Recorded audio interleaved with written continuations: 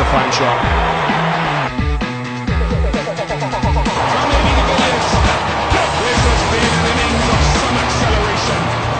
I'm AB de Villiers and welcome to Cricket Yard.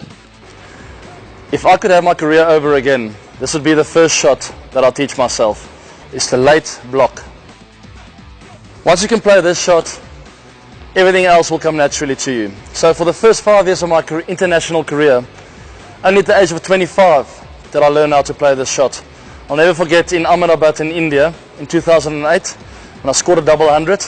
Halfway through the innings, I remember telling Jacques Kallis that, you know what, I think I've mastered that defensive shot.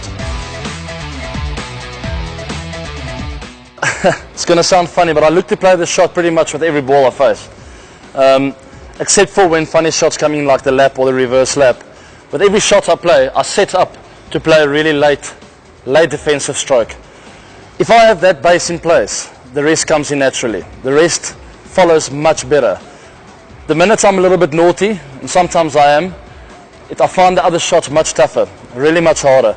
So what it comes down to have those basics in place, if you have that base of thinking of playing a ball really late, the rest of the shots comes much easier and you allow your talent to take over. That's what I try and do. I try and really get into position, let my hands drop, get that back lift back nice and high as the ball's released in order for me to play a really good late defensive block. From there on in, if it's a little bit wider, my hands will just flow into the ball. If it's a little bit down leg, my hands will flow that way. If it's short, my instinct will take over because it's an instinctive shot. My instinct will take over and I'll play the hook shot or the cut shot. I don't have a defensive mindset when I do it. All I know is that is my best chance of getting into a really good position for my other strokes. And if it's a really good ball, I will sort of succumb to the bowler and say, listen, well bowled, I'm going to do the late shot. And I might still get off strike if it runs down to third man, if you play it really well. With this late block, it's important, just a few things to think about. It's important to have this bat at more or less 45 degrees, all right? It's no use in playing it late, but your bat is too straight. And then this wrist will cock. It comes back to the wrist again. My wrist is nice and firm. It's not bent either way.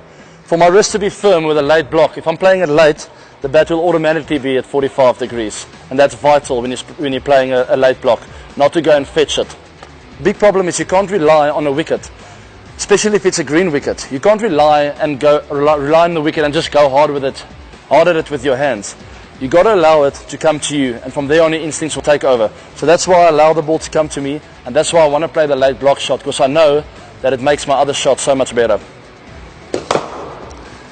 You see right there, the length was pretty good, which forced me not to drive at it. So I let it slide onto my bat. I probably still got one to third man, but I'm in such a good position. Had he overpitched, it would have been a very easy shot for me through the covers for 4 runs.